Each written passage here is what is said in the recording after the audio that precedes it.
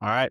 Ready to talk Cool. cars? Let's do it, dude. Oh, dude, I'm so excited. I know. So we'll do introductions in just a second, Yeah. but I was just like happened to be in y'all's office and like kind of promoting that I was doing a podcast, but also just like stopping in because I haven't been there in like over a year. So I just Yeah. kind of want to come in like say hey. Yeah. And like as soon as I was putting this podcast together, I was like coming up with like a short list of people that I wanted to like be on this.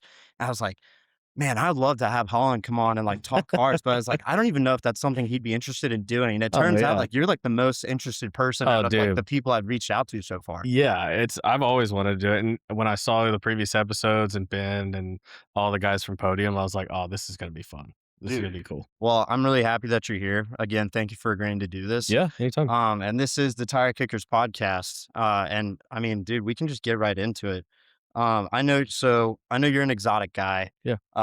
You're literally wearing a t-shirt that says exotic. Yep. So I guess we can kind of dedicate this whole podcast to talking about exotics.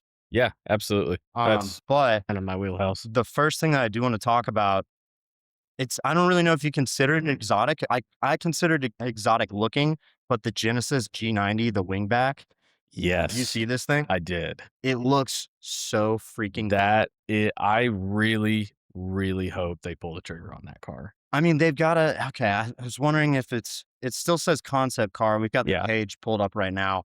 We're looking at it. And there's a link for it if you want to pull it Yeah. up on your phone. Guys, if you're watching this and you see him on his phone, that's not because he's distracted. It's because I don't have another laptop for him to like pull up and look at stuff. So he's just looking at stuff on there. Not me. Like I got some like comments on like a posted a reel because Drew or somebody was like looking on their phone and they're like, hey man, pay attention, you're on a podcast. But anyway, so yeah, I mean the regular car looks pretty good. It's kind Yeah. of hard to make like a good looking, I mean, would you call this like a shooting brake? Like what would you even call it? Yeah, similar wagon estate, that's kind of the vibe here. I mean, it like you said, the sedan looks really good as it is. Yeah. And then adding an estate car to it is kind of the jam. I mean, all of the pictures and videos that came out, I don't remember what track they were at, but when it first launched, I think it was in a paddock somewhere and somebody Yeah. was taking pictures of it. And I'd stared at my phone for like a half hour looking at this car. Dude, so you've seen the Aston Martin shooting brake Yeah. like that they did, right? I think Mhm. this looks better. I agree. Hot take maybe, but I genuinely think this looks better. Yeah, I agree. And it's still four doors. So like it's very much like an estate, like practical car. The Aston Yeah. Martin was just a two door and just had that like big long like slope to roof or whatever you want. Yeah. I don't know how much they've released about like the engine in this thing. I know the regular car has that like twin turbo V6, I think. And Yeah. my roommate's brother has one and it's fast. Yeah, Like they're they're slept on. nice cars. Yeah. But how cool would it be if they put like a bigger engine in this instead of just that like Yeah. twin turbo V6? It would be cool to see some sort of V8 in the car. Yeah. Or either that or, we're seeing a lot of the higher horsepower stuff come out with like twin turbo sixes, but have a hybrid attachment as well. Something to that effect, somewhere in the 5 to like 700 horsepower range would be really neat to see. Yeah. But, their twin turbo six is still like, I mean, downpipes and a tune and those things are fairly rowdy. Yeah. They're a good time. I I feel like you can tell they're trying to go after like the M5 wagon Yeah. route. Yeah. I wonder how I mean, because it's still a Hyundai or however you say it Yeah. at the end of the day, right? So it's like it's got to be very competitive price wise. It has to be if they want it to succeed. You can't just Yeah. throw like BMW M5 pricing at it and then hope that it sells. 100%. I mean I think pricing, like new car pricing on this is probably going to be north of $100,000. Yeah. Probably somewhere in the 100 to 120 range. Yeah. I mean, what's a new RS6? Somewhere like 150, 160, and excluding special editions and things like that. And Right. then the G90 M5 wagon is going to be right up in that range as well. So Yeah. it's like, if this is is an alternative that's maybe a little bit underpowered in comparison, but it's only, you know, you know, 3/4 of the price, it could be compelling. Especially if it delivers like performance wise. Right. Yeah. Right. That's gonna be the big thing. It looks the part. Now it's gotta actually walk the walk and, Yeah. Are you low key a wagon guy? Because Yeah. off camera before we started this, you were talking about building an Yeah. E46 M3 wagon, Yeah. which did they ever officially make that? We just never got it? Because I know they Um, did for the M5 with the to V10. my knowledge, okay, so uh, there was one, and I can't recall the specifics on it, but there was one that was built kind of after hours by the team at BMW. That was an E46 wagon, and it was built in Germany. There's only one of them, all that. I can't remember the specifics, but it was like one of those kind of like underground projects where Okay. it's all after hours under the table. Nobody knows where that piece of money went, and that's what happened to it. But no, as far as I know, there's never been a production M3 E46. Yeah, but people have done the SWAT. Like, I've Yeah, seen them before, and it's definitely rare, but dude, yeah, that'd be yeah, awesome.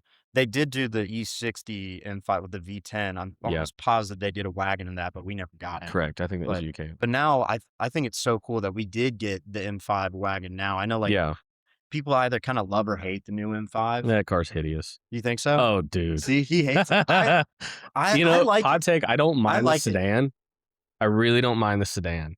Okay. But the wagon for some reason, dude, I don't know if it's the proportions. I don't know exactly what it is. I've only seen one or two of them in person, but I don't think they photograph well. I don't think they look good, you know, on the ground. But Okay, so you like the sedan, but you don't like the wagon yeah, because I feel like the most common thing is that people just don't like either iteration of it. right. So it you know how when the G80 first came out, everybody was like kind of on it because it had like the beaver teeth, like Yep. front grill and all Oh that. yeah. I wonder if the same people that don't like the new M5 will eventually come around the same way. But people are Yeah. kind of hating it more for its weight. Like it makes a ton of It's power, a but it weighs. ginormous car. Yeah, it's a big. Yeah, which I guess the F90 was kind of similar in that way, where it was a very heavy car, Yeah. but it wound up. I mean, that car's it looks beautiful now. We were kind of on and off again about how it looked in the beginning, but Yeah.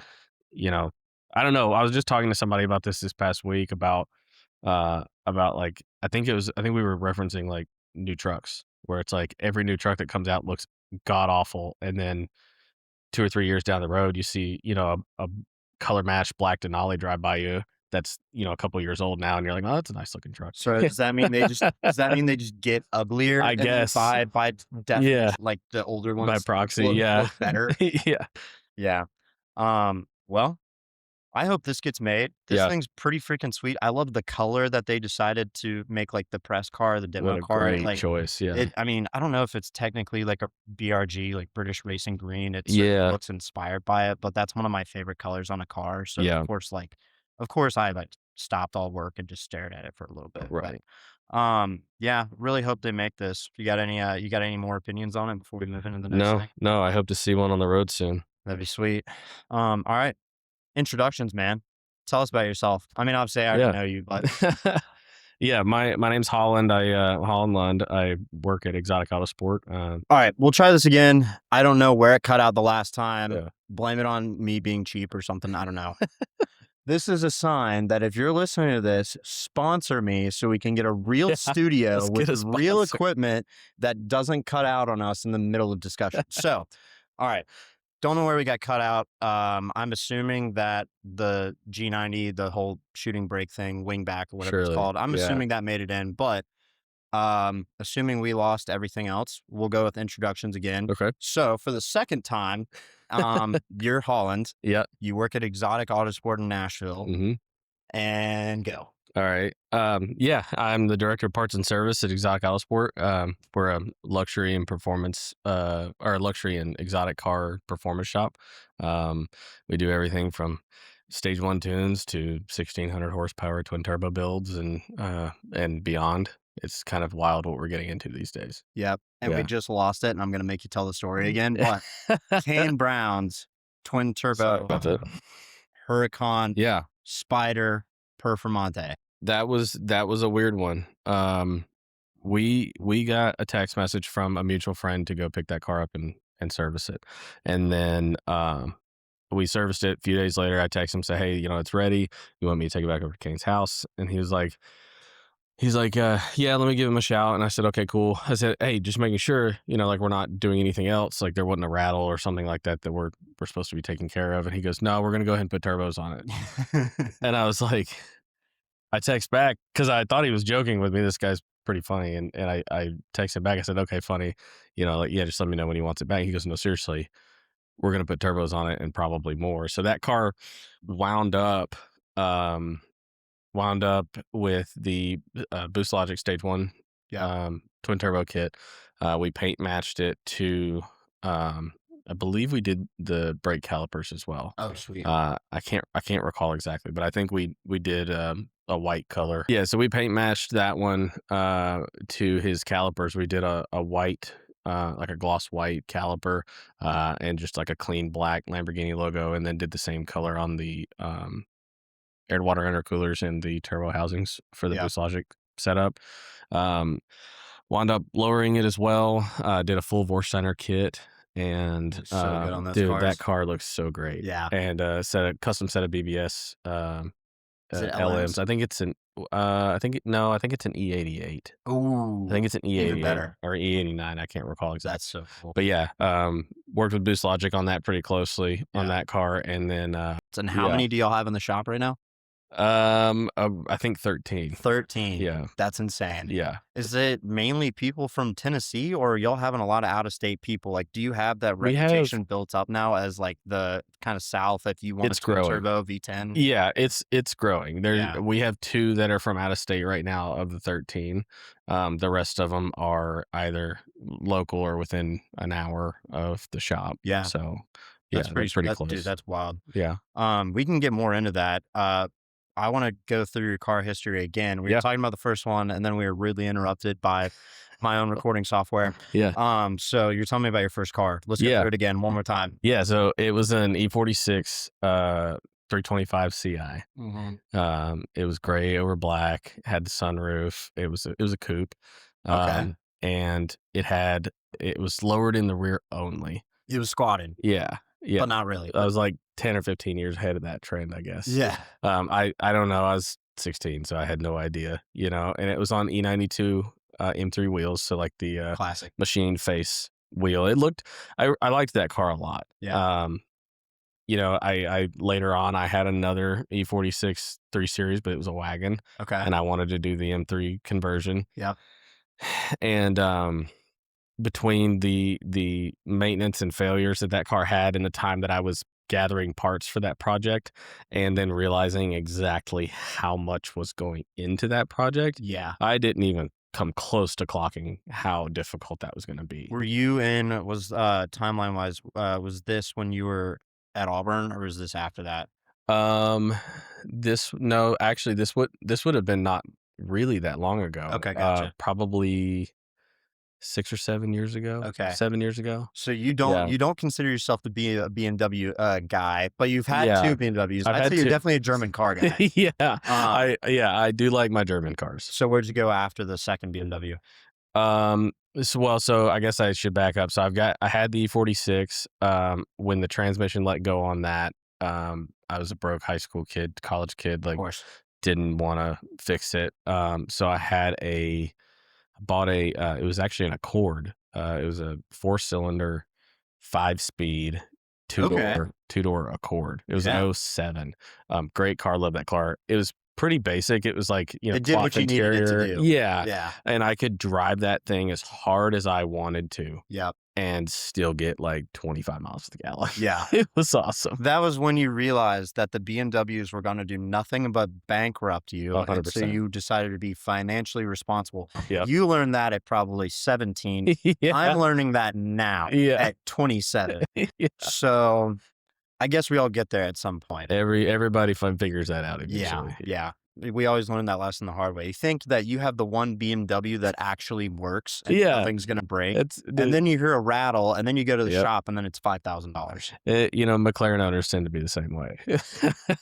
Dude. They all think that the one they have is not going to be the one that breaks. Yeah. So real quick for some more background, we didn't work together, but we worked in the same building. Building. So whatever you saw roll into the shop, I also saw roll into the shop.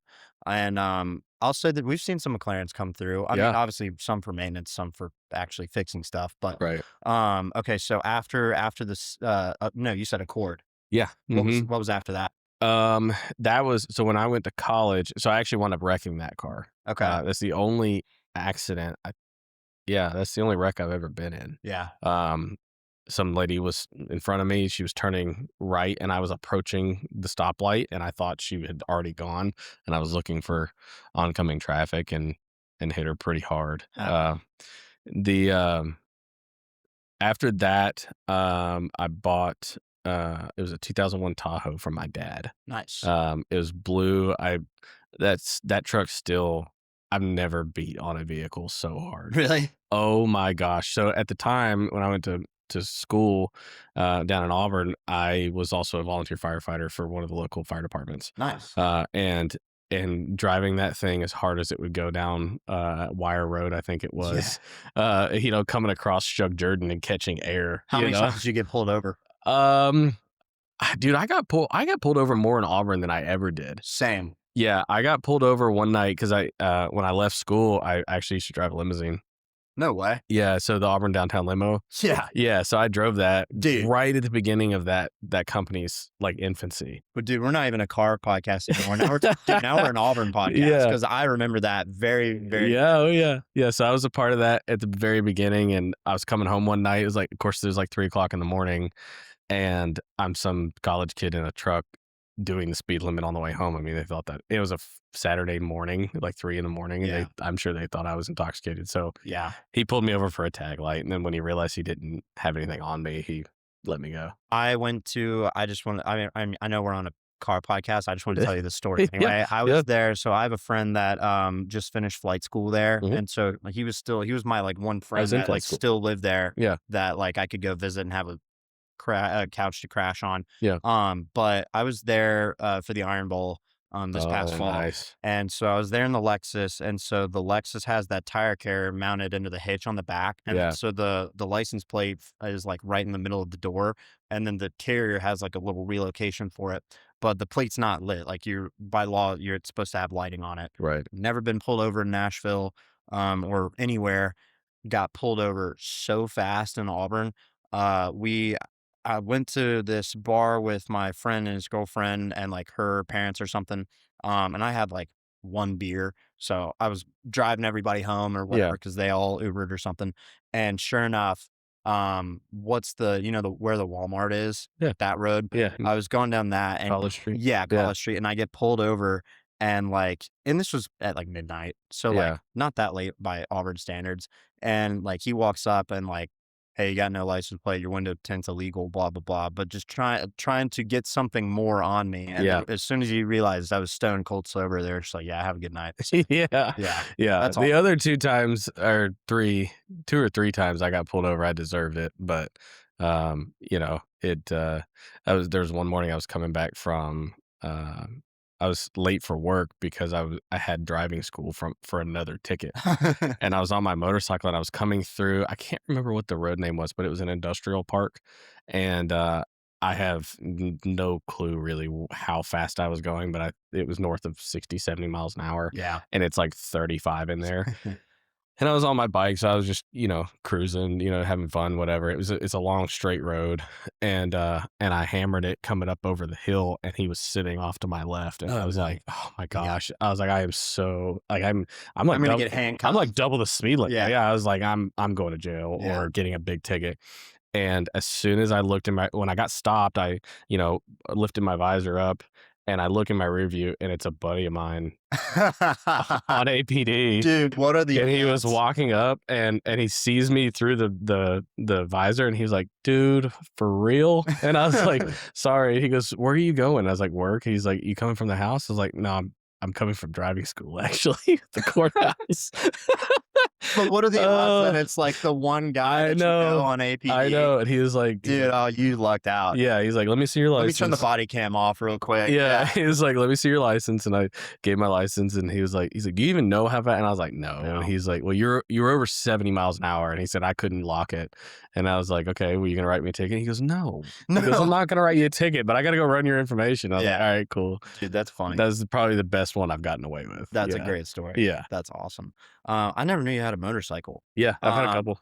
We talked about motorcycles, Ben, even Yeah. though this is a car podcast. Maybe we'll get Ben, we'll do like a motorcycle Yeah, we need specific to. episode. Because 100%. I don't know the first freaking thing about dude. motorcycles. So like I'll just kind of be sitting there nodding all the time and just let y'all like riff off of each other. But Yeah.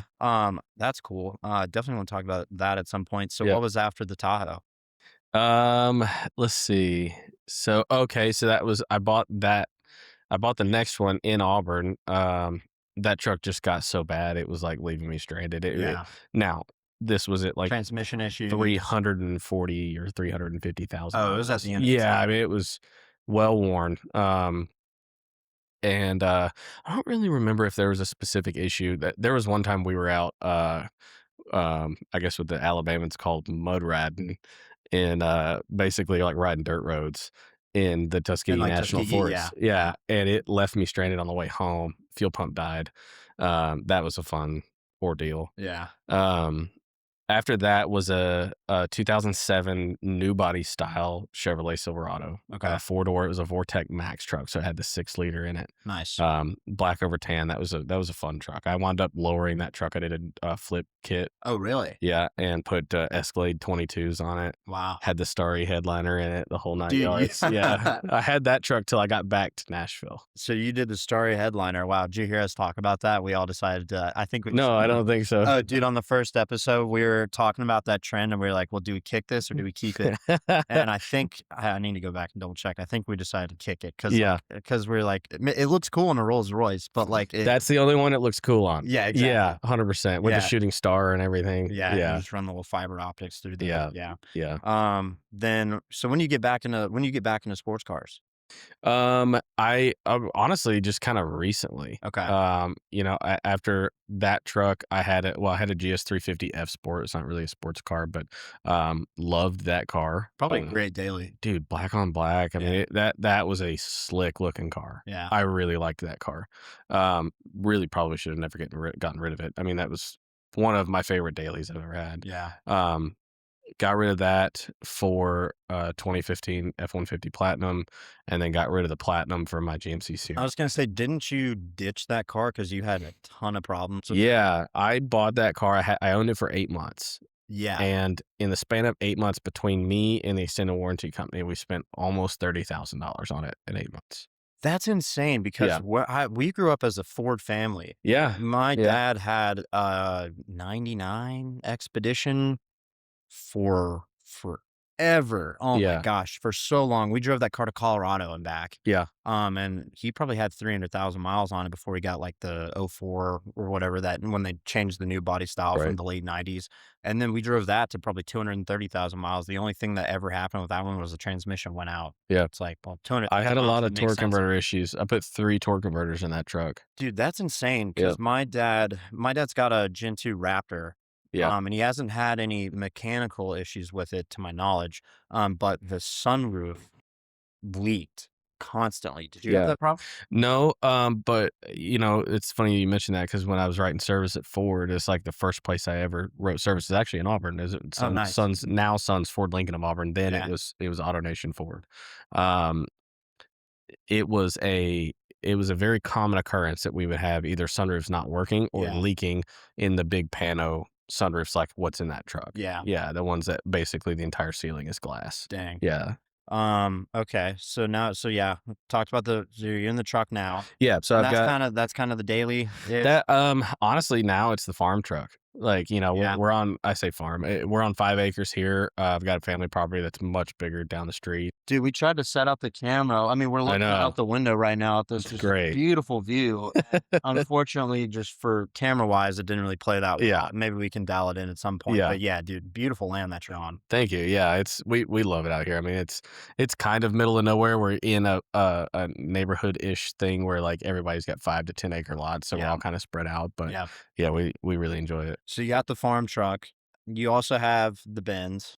Yep. So I've got a 19 GLC 63 non-S AMG, and it's being downpiped and blow off valve and tuned right now. And is it lowered or does it? It's got ghost slings. It's got a really good stance on it. Yeah. It looks really, really good, and it's like that. I don't know what the factory. I don't know Mercedes like color codes, but it's got that like kind of red, like burgundy It's a color. Designo color, but I can't recall what the I don't know. name Maybe is. It's got a we'll lot of post like a orange on it. photo on the Yeah. edit Yeah, or I've got some something. photos I can send you. Yeah, it's a good looking car. Yeah, I really enjoy that car. We've Yeah. got even more mods planned for it. Let's go. We're going big turbo. We're going to do Okay. an E85 E40 blend tune and things like that. How much power is that can be making by the time you're done with it?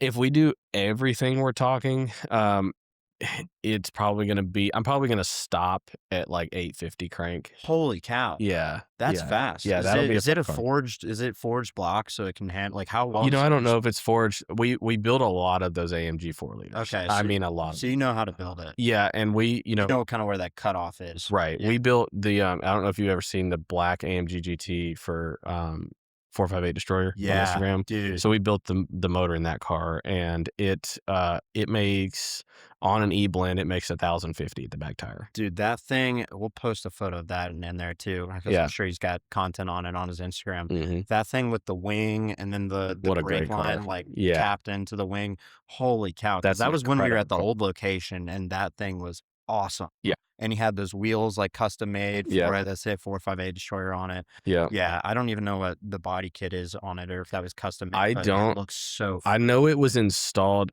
by I want to say it's Alex's Custom Collision down in Birmingham. Gotcha. Shout out Alex. Free plug. Alex is awesome. He I think he's the one that normally brings the cars up to the events and things like Yeah, that. Car's awesome. you've probably talked to 458 Shore many more times than I have, but the Mhm. few times I've talked to him, dude, what a pleasant guy. Amazing. Just guy. loves to talk cars. You would Yep. never know that like he has this insane collection Oh, just by no. like if you just met him off the If street. you met him in a coffee shop, you'd have no idea. Yeah, and he's Yeah. the most like normal dude ever. Like doesn't Mhm. wave it in your face, but like will talk to you all day if you know. Well, maybe not all day, but like he like Probably the yeah, not all day, but he likes to talk cars. Yeah. Very nice dude. Yeah. And what an insane collection. I wonder he used to come to like a lot of Nashville stuff, and he hasn't really popped up lately. Yeah. Maybe I mean, life does this thing and stuff gets in the way, but I miss seeing his cars and stuff because he Yeah. has some awesome stuff. And I wonder if he still has that AMG that y'all built because it's Oh, I'm sure. Yeah. Yeah, I think that's going to be a forever car, possibly along with that blue STO we built for him too. dude, that thing's Um, sweet too. Yeah, that was a cool car. I know he's a very busy guy, and I think he's actually doing something with Ferrari Challenge now.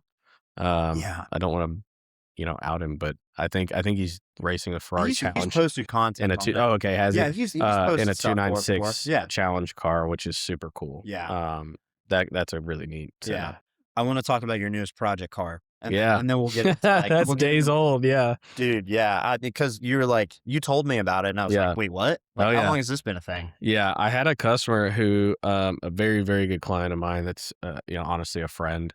And he had a 2012 Gran Turismo S that he used to daily, and then it got rear-ended and has literally sat in our shop with his fight with insurance back and forth for almost a year and a half Are they now. I trying to? Were think. they trying to total it?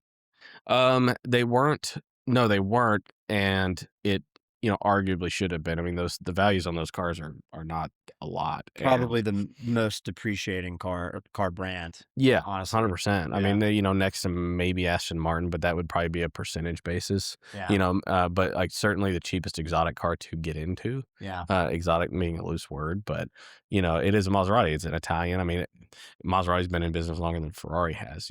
So it's like it's a cool brand with very deep heritage, racing heritage. I mean, they were winning races before when Enzo was an infant. So Yeah. I mean, they've got a really deep history. I don't think a lot of people know that. Yeah, For it's a lot of unknown, and unfortunately, I haven't driven one of the new Gran Turismos, Okay. but I've heard that they're really good. Maserati's kind of lost its way over the last few years with the Levante and the Grecale and the Ghibli and things like that. They It's keep just taking awful. swings, and the misses keep coming in. Yeah. Yeah, Yeah, and so hopefully they get back on track. I've heard, I've driven a couple MC20s. I really like those. yeah. They're cool. They're just not for the price point. Like you look at what else you can buy for the same money, and it's like there's no comparison. I do want to talk about the MC20 because one of my friend's dads just got one, and I Yeah. have opinions about it. But so there's this car. It's sitting in your shop. Yeah. He's dealing with insurance. How does it end up in your hands?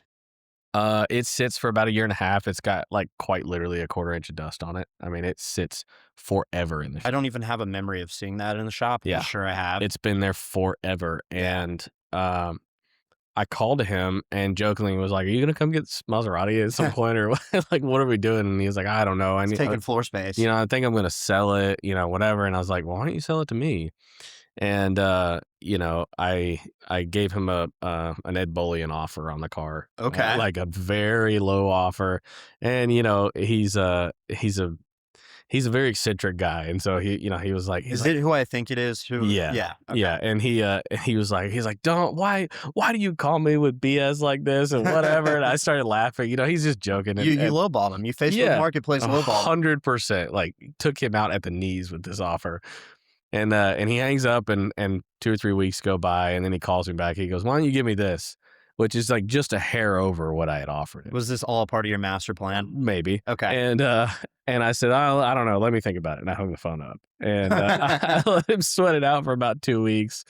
I went back and forth 100 times on whether or not I was actually going to buy it, because everybody in this world's busy nowadays. But so I certainly do not need another project. I decided to buy it, and it's going really well. I mean, a weekend. The funny part is I think I ordered like $2,000 worth of parts for that car. So you ordered before I even paid three for it. things. Yeah, I did it before I even paid for it. Yeah. I hadn't even exchanged money yet, and I was already ordering parts. But it's coming along really well. I spent the first part of today cleaning all the sticky buttons in the interior.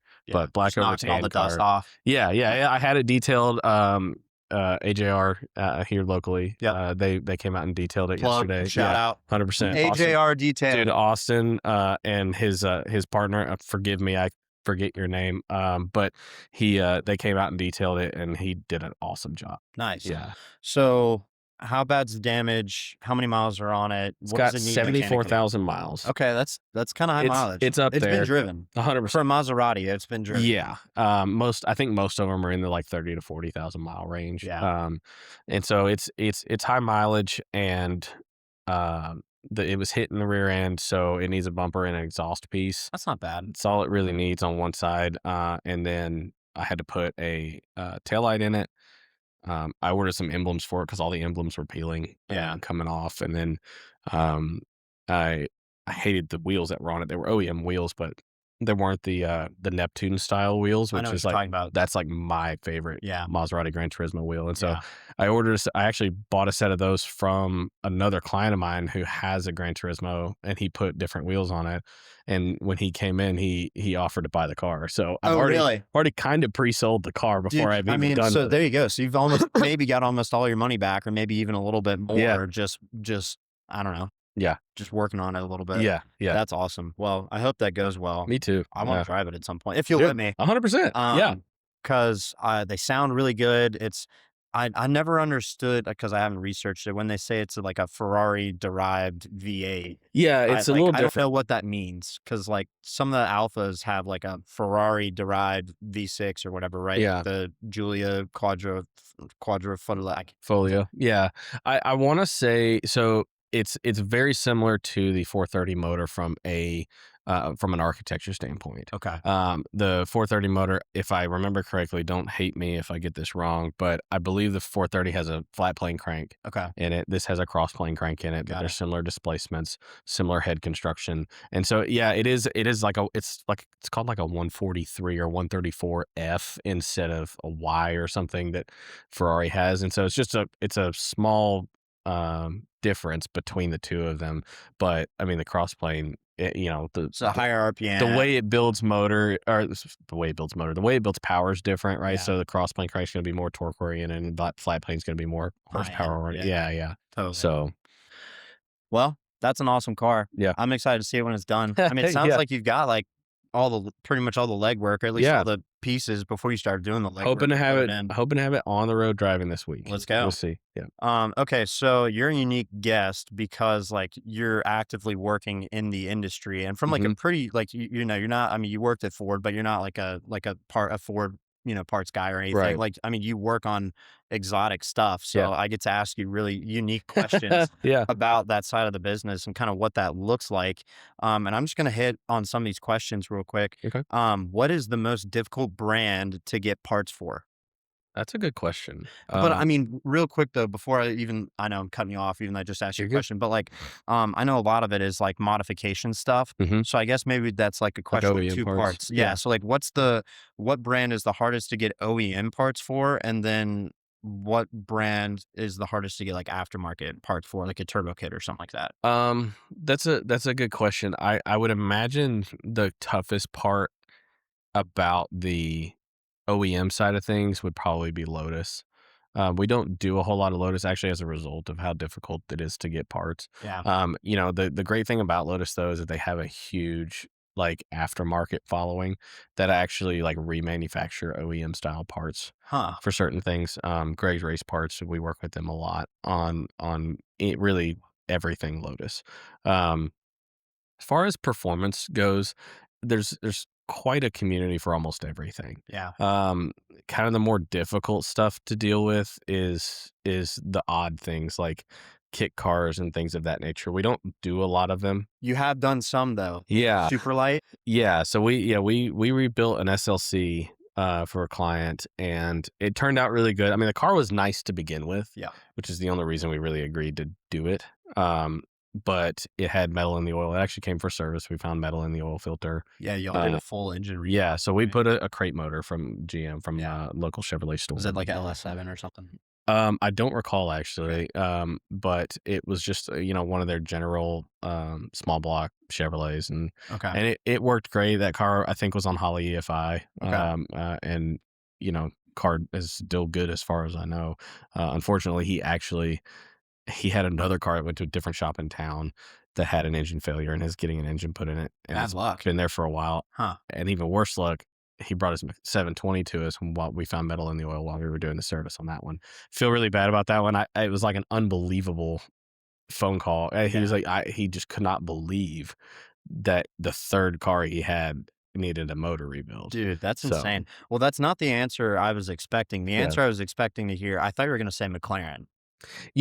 getting into this business several years ago, I thought it would have been, Yeah. but we've done a really good job at sourcing things from the correct people. We Right. we work with only the people that we think it's worth working with, right? So we want to make it easy for us to get parts, and we'll spend a bunch of money doing that and all that.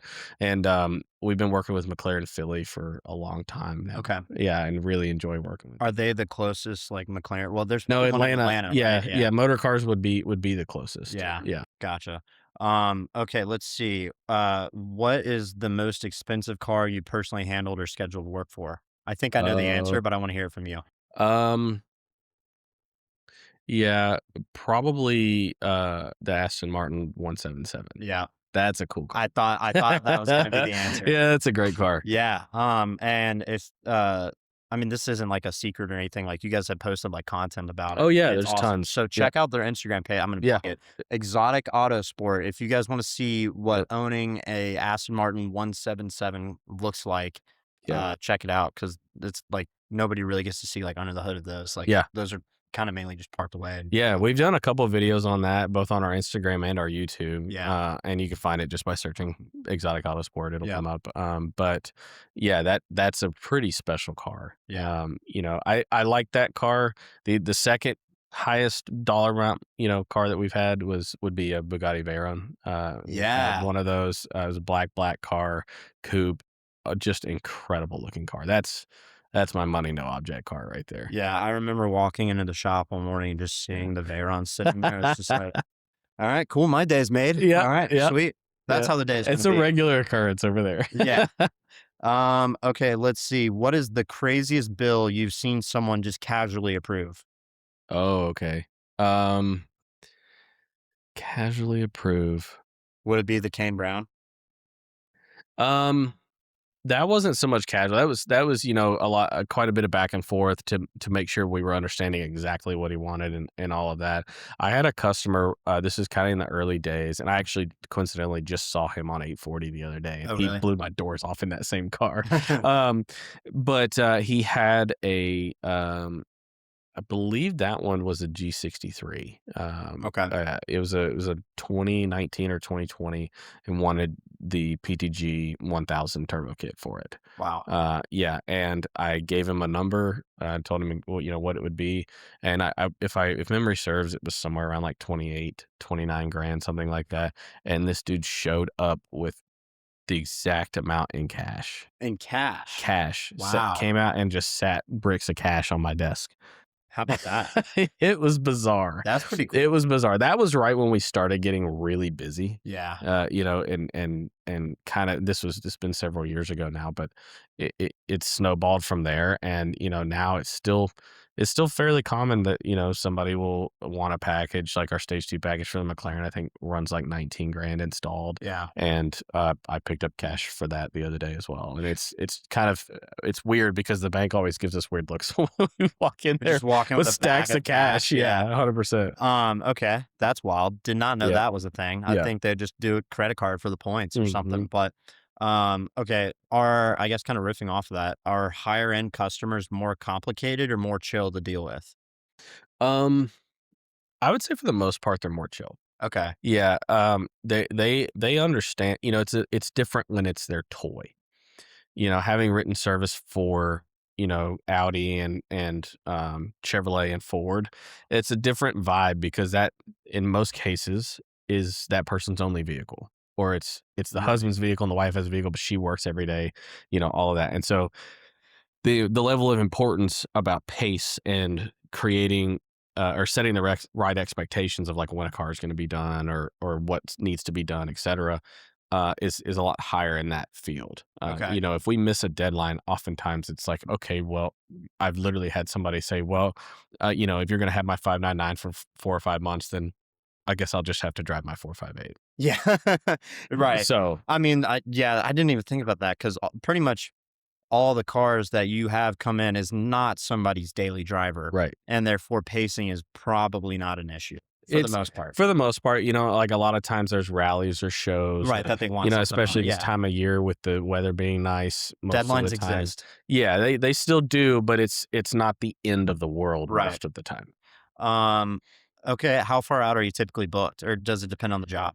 So far this year we've stayed about 3 to 4 weeks. That's pretty good. Yeah, Yeah. it's quite a wait. You know, we like to be kind of a just bring it and drop it off service shop, but you know, unfortunately, we've had to really start pushing people out to keep the flow right in the shop. I mean, we have the ability to hold about 40 or 50 cars indoors, Yeah. but it gets tight pretty quick if we start having too many cars. Yeah, too much of a backlog. Yeah. Yeah. What's the most underrated car that you've seen come through? Hmm. Um, I think as far as underrated goes, it's actually probably a car we didn't work on. A guy actually came through to check the shop out and see if we would work on it. But it's a car that I had personal experience with because my grandfather had one. But it was an LC 500. Interesting. Yeah, he Okay. came by to see if we would just do like regular maintenance. He was like, I'm never going to modify it, but I was curious, and I was like, look, it's not really our wheelhouse, you know, that kind of deal.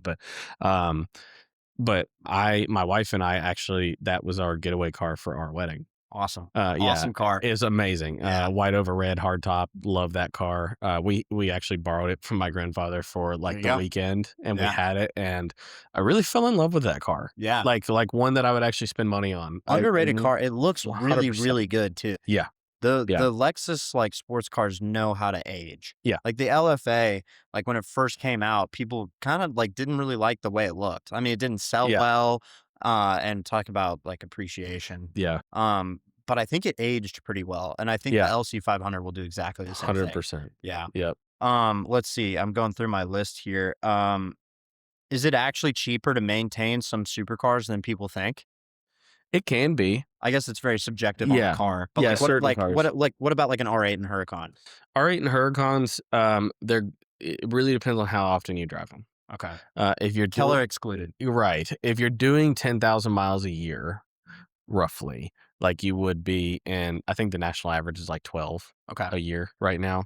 Um, it's gonna be more, but it's not gonna be, everybody used to complain about, or I guess talk about this is like back in like 360 and 430 days, where there's like, oh, it's a $5,000 oil change. It's like, no, it's expensive, but typically if there's a service that costs $4 or $5,000, there's a lot that goes into that. Yeah. We can't, we have competitors just like everybody else. So we can't just like set a price and like expect people to pay it. Right. So, there's a fine line, but like oil change every year on an R8 is going to be right at $800 An to oil do. change on an R8 is $800? Mm-hmm. Really? Yep. Wow. Yeah. That Yeah. was higher than I thought. Yeah. I thought like 400-ish or something. Yeah, I mean, so the Gen 2 cars, it's between 7 and 800. I think it normally winds up around like 750. Yeah. But the Gen 2 cars, they have 8 drain plugs in the dry sump system. So it's not just a supercar tax. No, and then It's like there's it's more labor involved than you would think. yeah, no, and like a good tech doing an oil change on an R8 or a Huracan, it's gonna take half the day. Wow. If they start at 7 a.m., it'll be ready to go by lunchtime. That's wild. Yeah, I had no yeah, idea. yeah. I really Yeah, genuinely between that, getting it down, setting the oil level, driving it, making sure everything's happy, maybe having to add some oil or take some out, or Yeah. we've got it down to pretty much the science now. But it's a 3 to 4 hour long oil change. So when you talk about from a labor rate standpoint, we have a different labor rate for maintenance, which is considerably lower than a repair labor rate. But if it's a 3 or 4 hour service, I can't just charge an hour for the service. Right. It's not going to cover everything we need it to cover. So that You got to on be top with profitable at the end of the day. correct. Yeah. Well, we didn't get in business to not make money. Yeah, exactly. Yeah. And the, liquid moly oil as well, a liquid moly 540 or, Yeah. whichever, we use different oils depending on what power level they're at. Sure. So, depending on the oil level, I mean, if we're using like a Moly Gen or a Ceratec oil with liquid moly, it could be, closer to like $900 for a service. Wow. Yeah. Okay. Well, learn something new every day. Yep. Okay, I'm gonna hit one more on this list. What's the hardest part of your job? That is a very good question. Okay. I do a lot, not just with like riding service, and handling the part side of things right now as well too, and interfacing with clients, and then having to do, sending out quotes, talking to different people. You as wear a far lot of as hats. dealers. Yeah, there's a ton of things that go on in my day to day, and as we grow, we're hoping to kind of start hiring people to do some of that stuff. Right. But I honestly, it's probably the difficult conversations. That's funny that you mentioned that, because I have one of my things is, and that we can kind of segue Yeah, into, is how do you absolutely. handle a situation where a customer doesn't want to hear bad news? Oh, I love this. So, Yeah, but anyway, yeah, continue, and then we absolutely. can segue into The that. difficult conversations are probably the hardest part, whether it be, Okay. we tear something up, right? That's our fault because Sure. we make mistakes. Everybody does. If Yeah. there's a shop that you go to that says that they don't make mistakes, They're lying. they're lying to you. If it's probably that, or something like the guy that had the third car Right. have an engine failure and having to make that phone call, and you always call, and just kind of segueing into the next part of it is you always call with a solution. I never call with a problem. Yeah. I say, hey, here's, for lack of a better explanation, we had a 599 in the shop, and left one of the hood props on the, it's a little small piece that will keep the cylinder from actually compressing. So if like a weak hood strut or something like that, you can put that on there and it'll keep the hood from falling down while you're working on it. And we forgot to take that off. And when we were trying to pull the hood down, it fell off the hood strut and actually took a chip of paint out of the fender, right? Honest mistake, just going too fast or trying to keep up or whatever, trying to turn a car around. And that customer was, from out of state, and it had been dropped off for something different. And, I had to call him and say, hey, here's what happened. We're very sorry. We're going to take care of it. and here's how I'm going to take care of it. Here's how long it's going to take me to take care of it. And here's when I can have it back to you.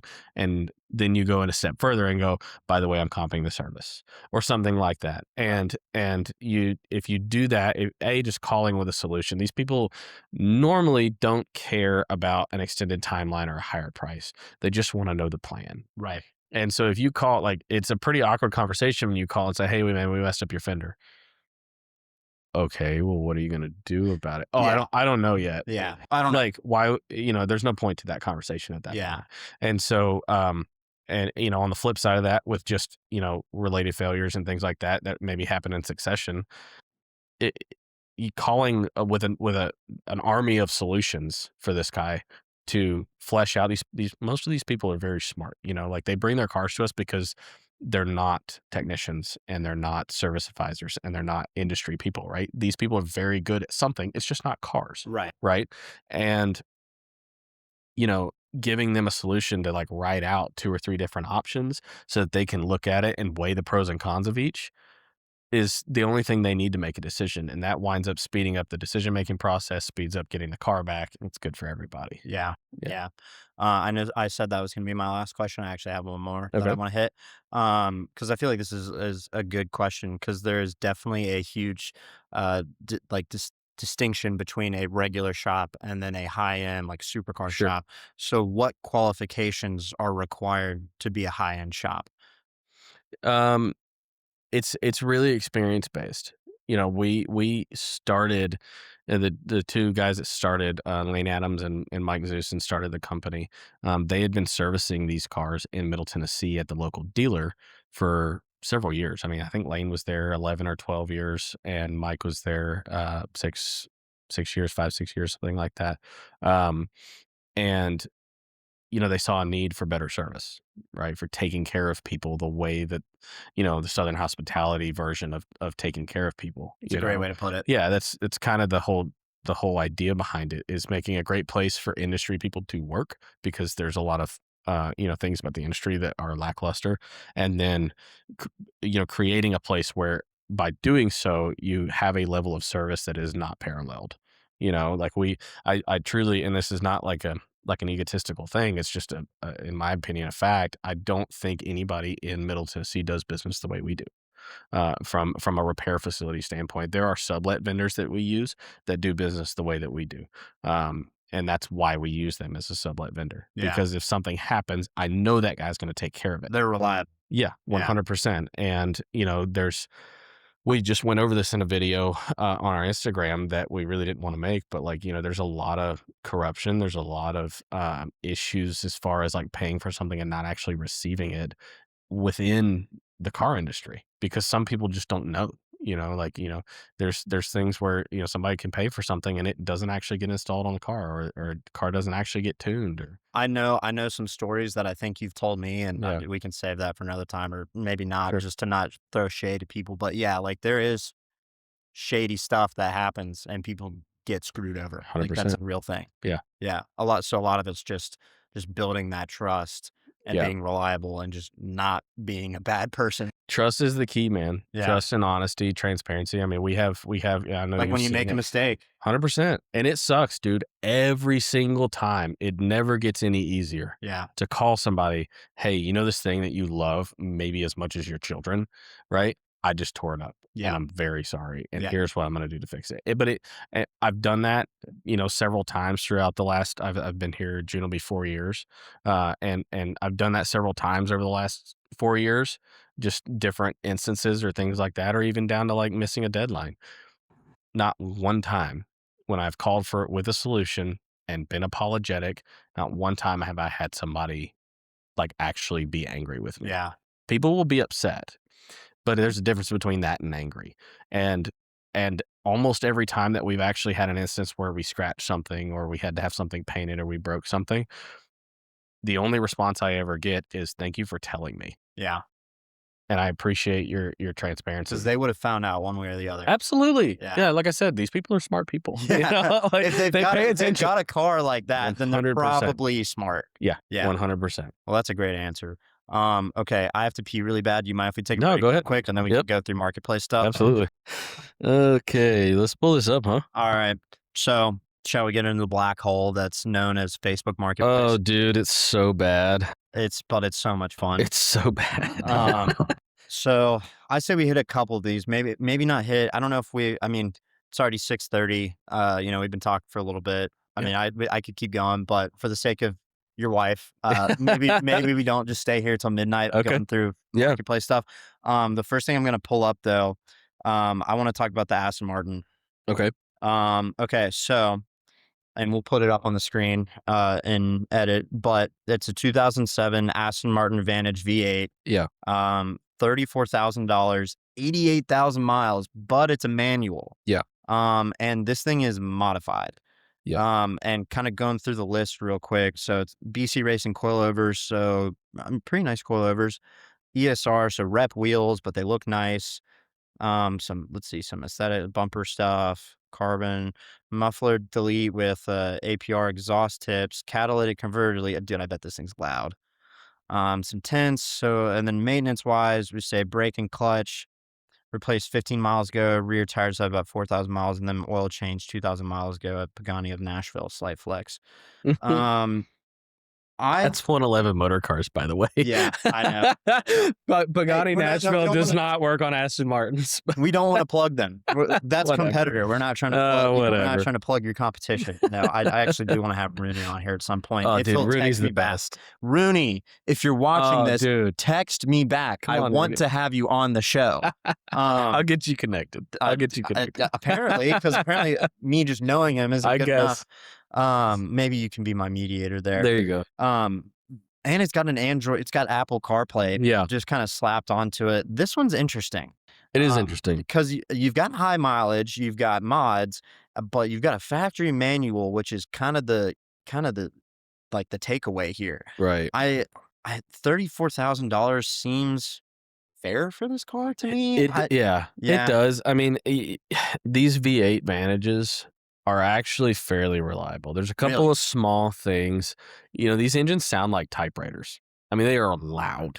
Right. And it's straight pipe. The valve train is so like rattly, and this is a 4.3. Most of the ones we see are I think it's the 4.7 or 4.6. But yeah, actually one of my neighbors at the last place we lived had a baby blue one with a manual. It was a 4.7 car. I'm seeing that car pulling into your Love that car. Yeah. He used to let me, and I say let me on purpose, because he used to let me take that in for service. He would never take it to the shop himself. He would just why not? He'd just drop it in my driveway, put the keys in the mailbox. And was that a manual? Yeah, it was a manual. Oh, yeah, it was a great car. It had blue. Do they sound really good? Yeah, they do. Okay, they do. Even factory. His was factory. I mean, exhausts can. It's almost like it just depends. Yeah. Right. Like going all the way is sometimes not great. Yeah. I wonder if this car sounds kind of like fart canny just because it's straight piped. Yeah. I saw it going through like 2 minutes away from my house. And it was middle of traffic, so it wasn't really loud. I couldn't hear it like fly by and see how it actually sounded. But I saw this exact car. It's like my E92, man. Like, it's an awesome car, but the service freaking kills you. There's going to be gonna things. Get it. Yeah, 100%. I mean, these cars in particular have an issue with the TPMS system, and it's a system called Smart Tire. Okay. And Smart Tire actually went out of business, and so when the Smart Tire unit in this fails, and you get a TPMS light, you can't fix it. Okay. And then you have a light on the dash. Well, somebody at Red Pants, there's a Aston Martin place called redpants.io, I think is what it was. And I actually went looking for it the other day for a repeat to correct this issue. And the people who made the fix have now also gone out of business. It's part of the British like coach built car that you're going to have stuff like this. But if you can look past it, I'm one of those people, I can't have a light on the dash. I just can't. But see, that's where I live, man. Well, so you own BMW. So yeah, that's part of it. I mean, if you're buying an Aston Martin and we're talking about having a tire TPMS light on the dash, I feel like that's like the least of the worries. It could be. I mean, but it's like if you buy this car, just know that like if you're buying it for $34,000, you're going to be 45 into it, like total, like real soon. I mean, eventually maybe you'll sink another 45 into it. Timing cover leaks, valve cover leaks, things like that. They happen. It's like, would you say it's comparable like to owning like like an E92. It's like something's going Can to go be. wrong, and every single time you bring it in, you're going to get hit with a big bill. It on the Vantages, it doesn't normally tend to be that bad. Yeah. The V12s have a timing cover leak issue that's common, Okay. which is you got to drop the front subframe to get it in and out, which is it's a good repair. So But all things considered, though, like in all of the Aston Martins that you could buy, this one's probably more of a safer one. yeah, if it were me, I'd probably have a 4.7. Okay. I think I have to look at it, but I think the 4.3s had valve train issues. Gotcha. But regardless, they all sound like they have valve train issues. Okay. Yeah. Dude, I love this era of Astons though. Those age so well It and looks they look incredible. so good. Yeah. Like I almost I could buy this car. I'm Mhm. not going to, because I know what I'm getting into. Right. But like I almost want to buy it just for sheer aesthetics alone. Yeah. Damn, that's such a good looking car. The And, wheels like, are a choice, the but wheels are a choice. the rest I'd of it, get rid of those. I dig. Yeah. I'd get real HREs and put I it mean, on even there. just having the lips powder coated Yeah, black, get rid of the like I don't lips. know why are they green or Yeah, yellow? they're green. Yeah, I'm And they not a look fan. more green in person than you think. Oh, I'm sure. And that's a choice, but that's fixable. I mean, but the interior is in good shape. I mean, you could I'm not sure how that Android Auto works as far as like tell you. whether or not it like Aston Martins are kind of like old Ferraris and Maseratis where like the electrical issues are just sometimes boundless. So, depending on how that was done, who knows? So, are you spending 34 grand on this? Not for me. Yeah, I'm No, out too. probably not. Yeah. All right, let's move on to the Mhm. next one. This was the first one that you mentioned, the TVR Cerbera. Yeah, Dude, we could talk about this for a minute. 100%. And I'm gonna have to like cut us off or something. Okay. But we're pulling it up. These were a freaking cool car just because of how unique it is. I mean, the British know how to make cool cars. They just don't know how to make them last. Yeah, correct. Yeah, Yes. 100%. And so when I first saw one of these, it was a side shot, kind of like the one I'm looking at right now. Uh-huh. And I thought it was a Viper. Like I thought they took a Viper. It has chassis. first gen Viper vibes. Okay, right. sure. I mean, it's the shape, it's the door. I mean, this gives Viper vibes. But I did a little bit of homework when I first saw this car, like trying to learn more about TVR so that we could talk about Yeah. it. And I don't know if I even took notes on it, but it's a pretty cool history. It's kind of Yep. this guy just dreamed it up and just made it happen. Uh-huh. And because of that, it's like it's a hand built car. Right. But they built some pretty crazy stuff, and this one's pretty sweet. The later ones look a little bit better. I don't really like Yeah. the front of it. I love the side profile. I like how long it is. And it's definitely aged. Like you can tell it's like a late 90s car. Yeah, I mean the 18th picture there, if you can put it up on the screen, shows you exactly why you don't spend $57,000 on a handmade. Let's see which photo has it. Which one? This is the engine out photo where the engine's torn apart. Yeah, so But, we're looking at the description. I'm a little bit more partial to the looks of this Cigaris TVR. I really like the look of that car. It was the first time I had ever heard of TVR was when I think Clarkson reviewed one on Top Gear. Yeah. And that car for me was always kind of the cool TVR. Yeah. The Cerbera was neat. I do think it has a lot of first gen Viper vibes. Yeah. But $57,000. I mean, what else is it showing here? Top speed 180. Yeah. I mean, that's a light car, dude. 2,500 pounds in a V8. Yeah, I mean, I'm sure it rips. I mean, the other part of this is like I having driven and been fortunate enough to drive so many different cars, I am such a stickler for build quality. And so like if something's rattling or shaking or something like that, it's kind of a turnoff when it comes to cars, and this car just looks like it's gonna rattle. Yeah, I mean, 98, man, that's an old car. Yeah. I mean, plus, and a hand-built British one too at Yeah. that. I think it says 58,000 miles, but you've got the full engine rebuild. I really have no idea how this thing drives. And I don't even know I don't know what comps are for this. I don't know Yeah. anything about these cars.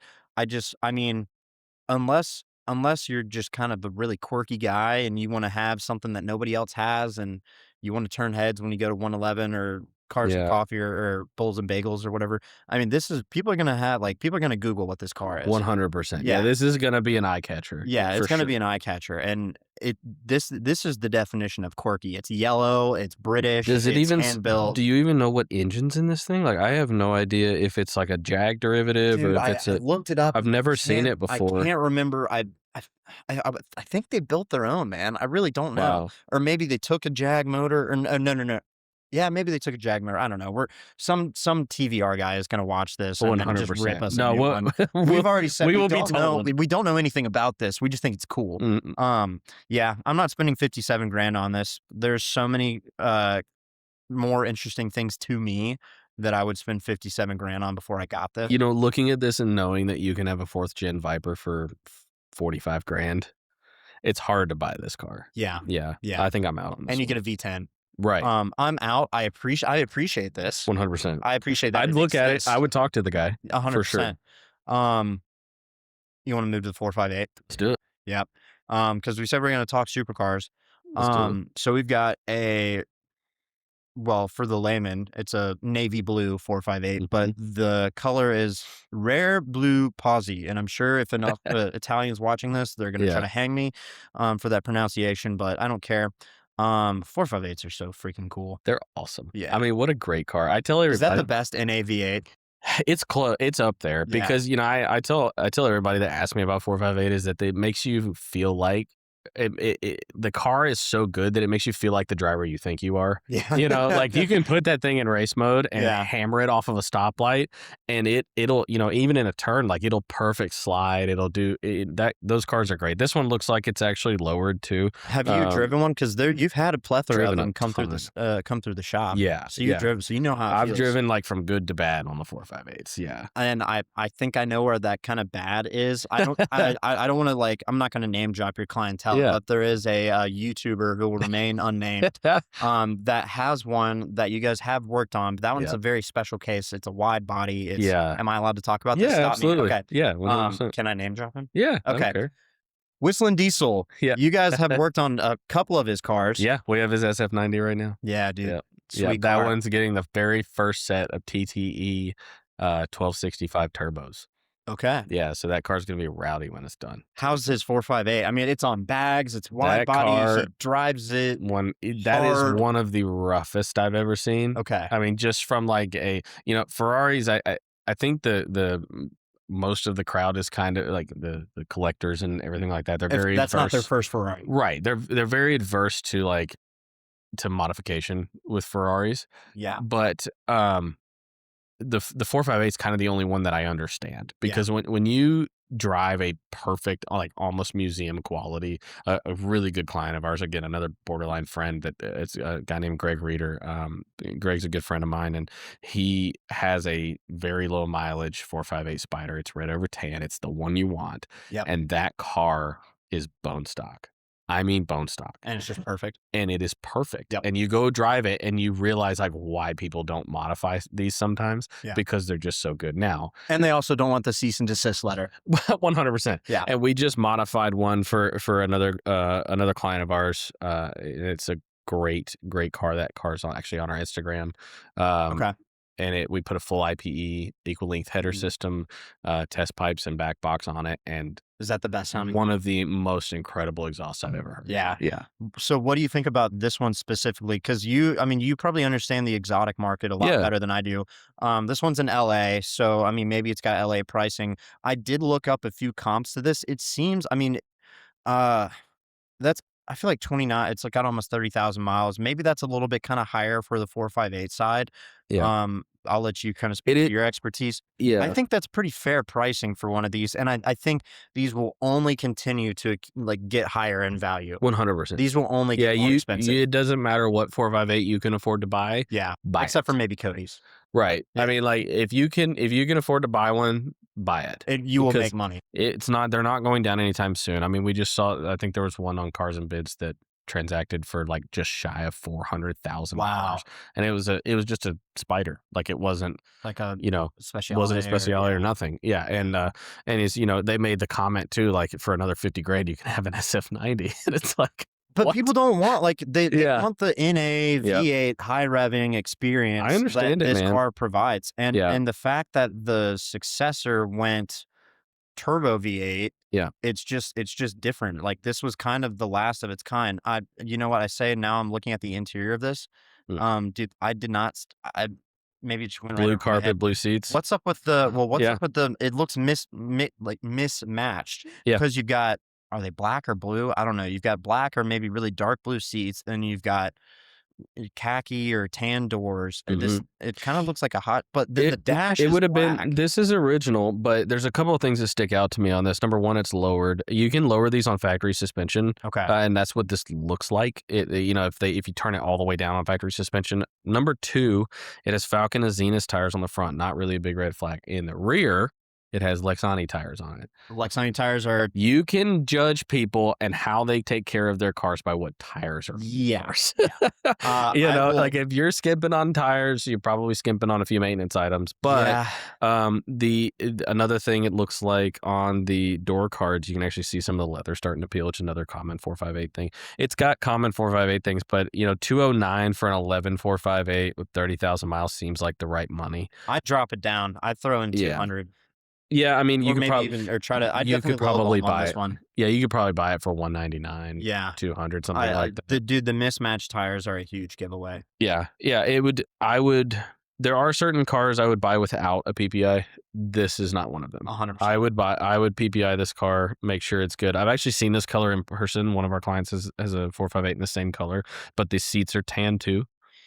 And blue on tan, man. It's a great color combo. You don't see this color come up very often. 100%. Yeah, I'd buy it. You would? Yeah. I think I'd try to find a different example. Okay.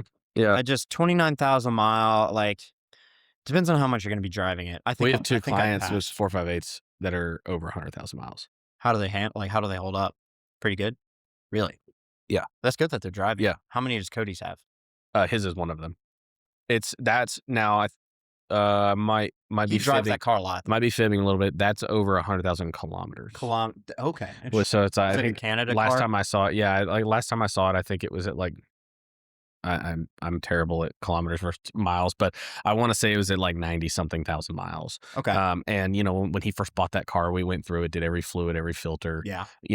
Made sure everything was happy in it. When he wants to take care of a car, he can take care of a car. He does. Yeah. Yeah. 100%.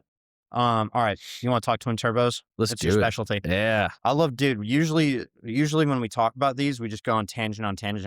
Yeah. And we're kind of rapid fire through these. I like. Oh yeah. All right. So now we're pulling up a 2018 Lamborghini Huracan.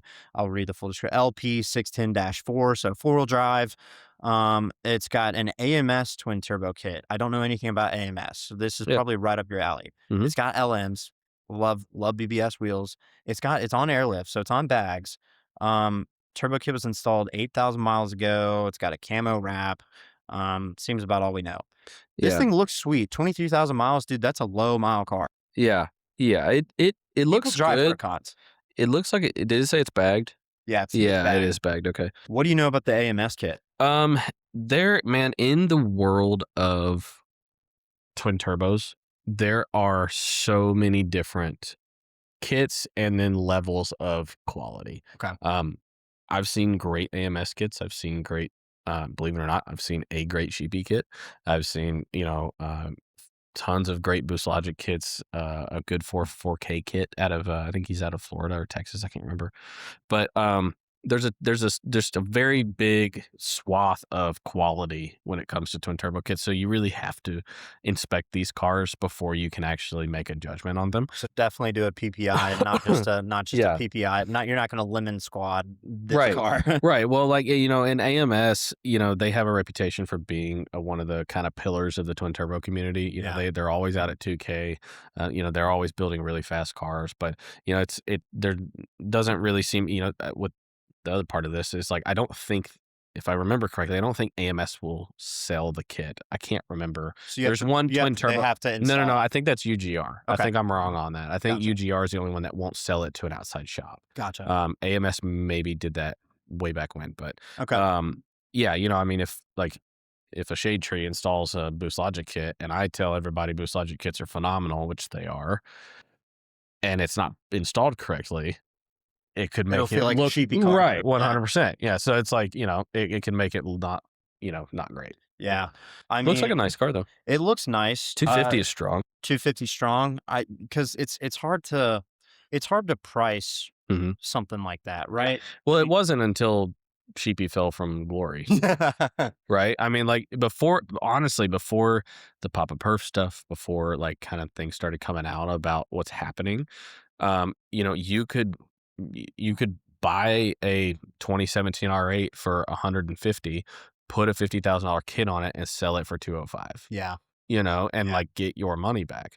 Since then, there's really A lot more scrutiny. yeah, there's no rhyme or reason really to the pricing now. Yeah. I mean, this car, it's 23,000 miles. This car, no turbo kit's probably worth, I don't know, what, Right at 200. right at 200? Okay. Yeah. I really don't. Yeah, 205 was what I want to say. And so would you say this is probably close to a $50,000 turbo kit, or I don't even know. I don't even know how these things That cost. depends on what the kit is. What the kit is. Yeah, he doesn't doesn't go into have anything specifics. as like power level or anything like that. A stage 1 kit's gonna be right around 40. Okay. Before that's like 800 wheel, stock ECU. Yeah. You start going into like fuel pump and Motec, and it's gonna get closer to 60. So he may be just trying to make his money back. Yeah, And just get out of it probably. or to something else. Yeah. Probably. Are you dropping 250 on this or no? Not me.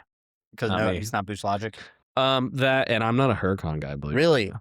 Yeah. Dude, if I had Not big. 250, I'd drop it on us. It's on LMs. It's got a cool wrap. You can peel that off. If I you think want. it's cool. Yeah. I think it's cool. I just, Huracans put are the just bumper not my back. style. Yeah, I'm R8 guy. Huracans are flashy, man. But They like are. that would be if I could have one flashy car, like I mean, Right. flashy is subjective and totally dependent upon the money. But if I have Huracan money and I want a flashy car, I'd buy Huracan. Right. Like I really like the way R8s look, but I'd still have a Huracan. Yeah. Yeah. I'd drop 250 on this. All right. The next one. You want to hit one more? Yeah. Let's talk about the A12. Okay. Because then I want to talk about the Oh, Purosangue wow. after. Look at that color, man. But I don't like the interior. Okay, All I haven't right, gotten we're to the talking interior. about a 2020. Oh no. I know. We're talking about a 2020 A12 Superfast. They've got it at pretty much right at 550, almost 4,000 miles. It's insane money for that car. Really? I think so, man. I mean, I don't really know what the price point on these are. I know the one that 458 Destroyer has. I know that's $1 million car. The A12. yeah, well, that's a comp. Yeah, Yeah, the comps are $1 million or more. That's carbon wheels. I mean, that's crazy. I don't know what the MSRP for these were. Maybe I should have done a little bit more. I mean, that's probably close. I mean, it's Dude. got a big options list, which is great. It's got that going for it, and an odd. It's going to take the right guy. I mean, this car was so close to being perfect. Yeah. It was so close. You Yeah. have this beautiful purple viola Dino metallic paint.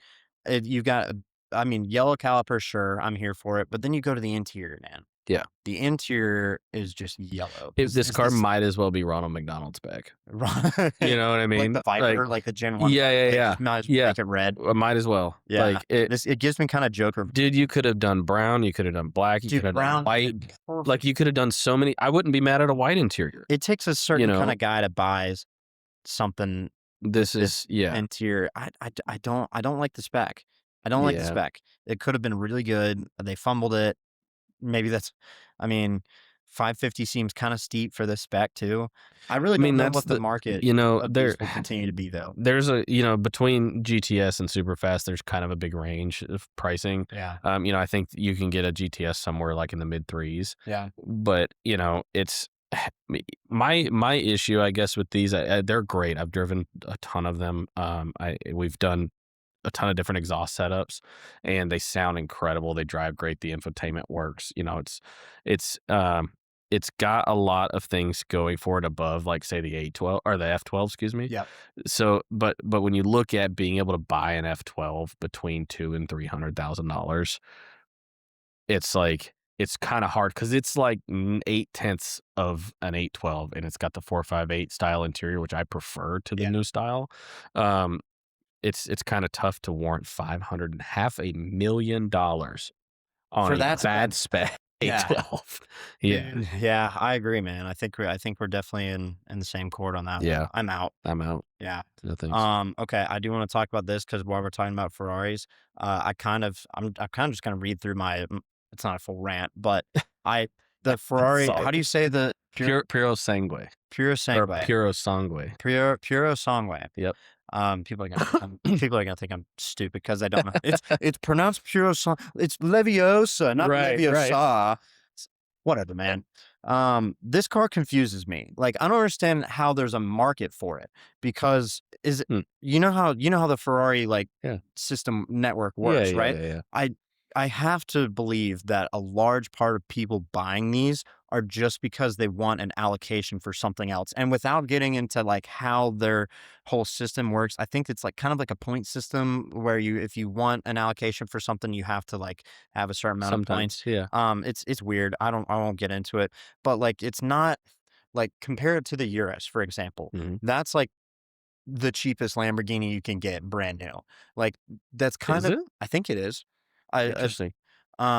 surely it's got to be close. I mean, because No, what's I gonna mean, I think they were going in the $300,000 range. I mean, now I don't know what a Huracan was going for new or things like right? that, but I think they were Huracan-ish pricing. Okay, And now they have the Urus S and the Urus Performante. gotcha. Which I think the Performante can get somewhere up between the $400,000 and Okay. $500,000 range. Yeah. I'm just the way I thought about it was I thought that like kind of the Urus was like an introduction into the Lamborghini brand. Hmm. Like it kind of brought it to like more people Sure. that like didn't necessarily want to get like a Huracan or Yeah. whatever else, but then maybe they wanted an SUV. I don't know. It just felt like kind of a more introductory kind of car. Yeah.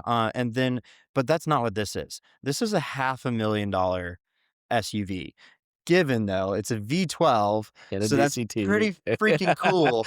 It's a They're V12 and an neat, man. SUV. I think this is a good topic because the uber luxury SUV market is wild. The Cullinan. It's Cullinan. There's another $500,000 V12 SUV. Yeah, but that's a different. I feel like that's a different kind of buyer.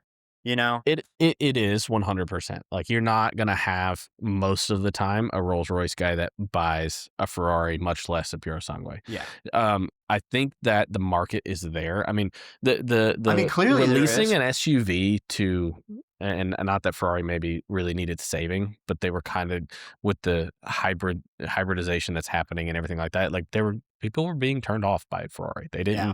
The 296 and the SF90. The 296 has actually received really good accolades. I've driven 2 of them and I like them a lot. Which is crazy because no one wants an SF90, Right. and I don't understand it. I do having driven both of them back to back in the same day, I can understand why somebody would not like the SF90. It's that car, while it does handle pretty good for how big it is in my opinion more of a point and shoot car.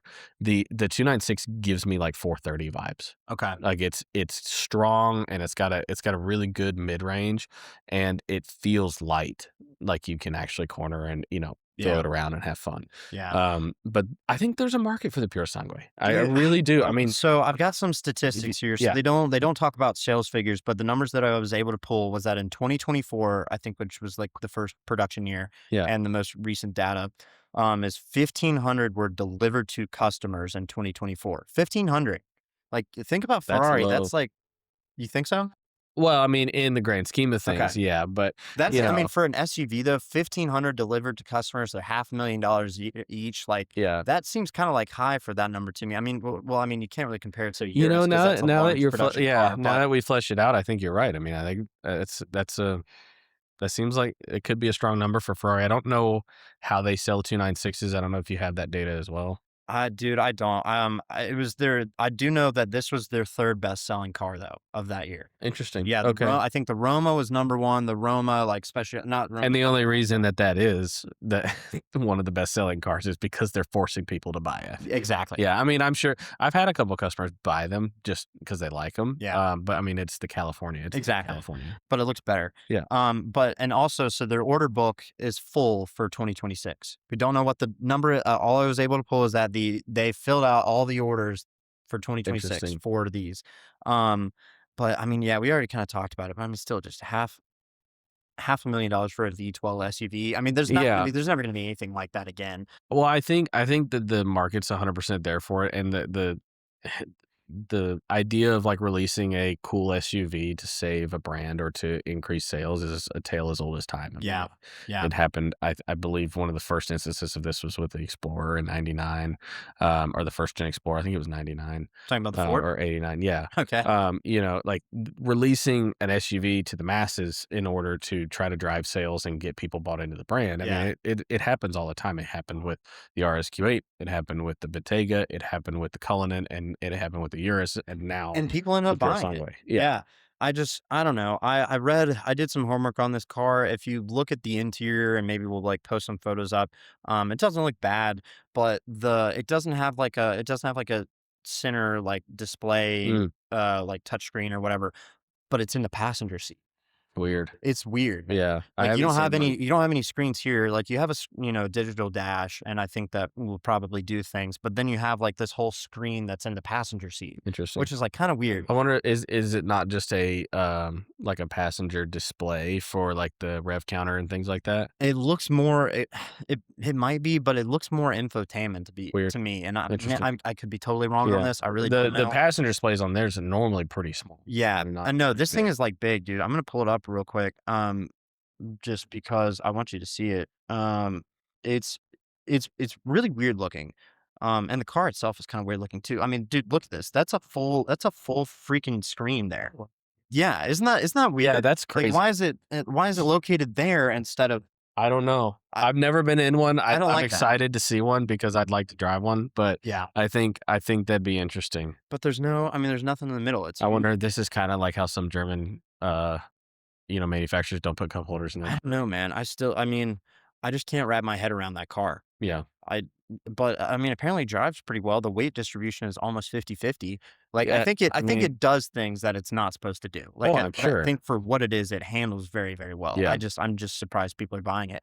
Yeah. But I'm curious where it's going to be in a few years. I wonder if it's gonna I don't think it'll be SF90 because it's an SUV and it's full V12, it's not a hybrid car, Right. it's not a turbo car. They made the good decision on that one. They definitely did. I think it'll definitely hold value better than that. Yeah. I don't know how long, like if it's going to end up appreciating over time, but Yeah, we'll see. I mean, Cullinan's, they were somewhere in the $500,000 range new, depending on how they're spec'd, and they're trading, I think, somewhere between 3 and 500,000, and it's yeah, just like it's kinda hard to find a cheap Cullinan. I mean, they're not cheap, yeah. you know?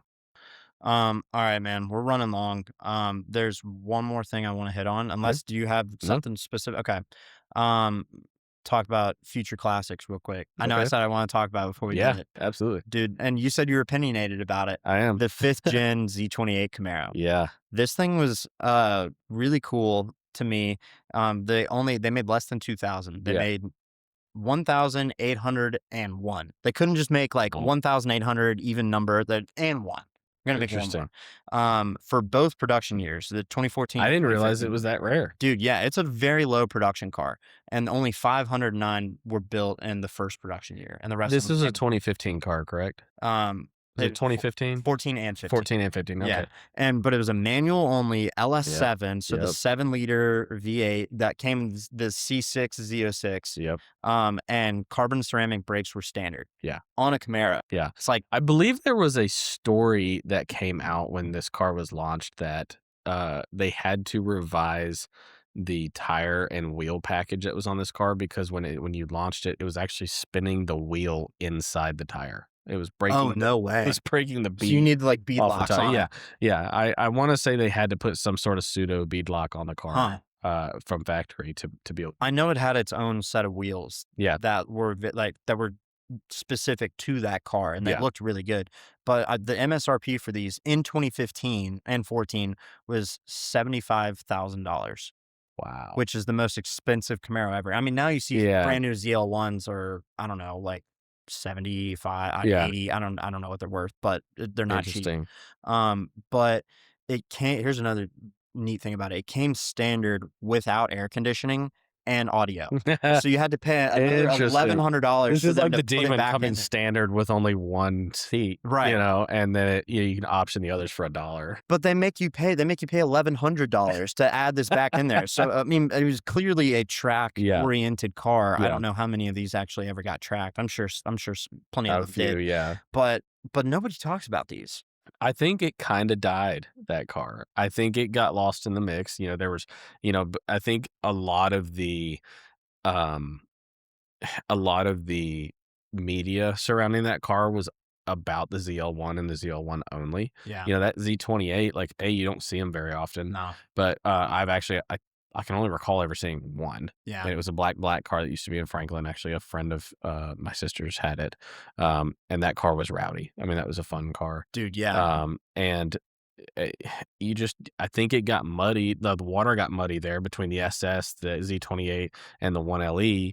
And everybody was talking about the 1LE being the budget track car. Well, I Right. mean, I don't think they said it's the budget track car in reference to the Z28. Yeah. And that car that's a cool car. Yeah. That's The 1LE. both. Or, I yeah. mean, that 1LE is a great car. Yeah. I want to say in 15, that's when the 1LE came out as well. Maybe it was 16. I don't know. But I think it got they're lost in definitely the very shuffle, similar. and They people probably just forgot overlap. about it. Yeah. And you know, we've seen that a lot with Chevrolet, where they don't like push the certain media of certain Yeah. cars, and they die. Yeah. Yeah. I'm curious to see where the market for these is. The values are holding pretty steadily. Mhm. They're depending on how many miles there are. I think kind of the cheapest one I saw was maybe around like 50, but that was like a higher mileage Wow, car. they're under MSRP, and Yeah, they made most of them 1,800 units. most of them are under MSRP. Ones with like super low miles are Yeah. like kind of right at, or maybe like I think I saw like somewhere in like the 80K range. Yeah. An 8,000 mile one sold at Barrett Jackson in January for 85,000. Okay. So that's 8,000 miles. Yeah. That's not a lot, and so it sold for 85,000. But I mean, still, if you adjust that for the 10 years that's Yeah. part, you're still losing money on it. 100%. But I'm curious to see how it'll do long term. I think it's like what you said, man. Everybody just kind of forgot about it, Yeah. and you'd have to really be a fan of that engine in order to like spend money on it. I think 100%. it's just not there. So Yeah. yeah, I like those cars a lot. I think they're interesting. we got a guest. I mean, we're pretty much there, man. I All right. mean, we got plenty more to talk about for next time. Yeah, 100%. I can't wait. All right. Is that it? Yeah. All right. Good stuff. Thanks for watching. Catch Thank you at you. the next one. All right.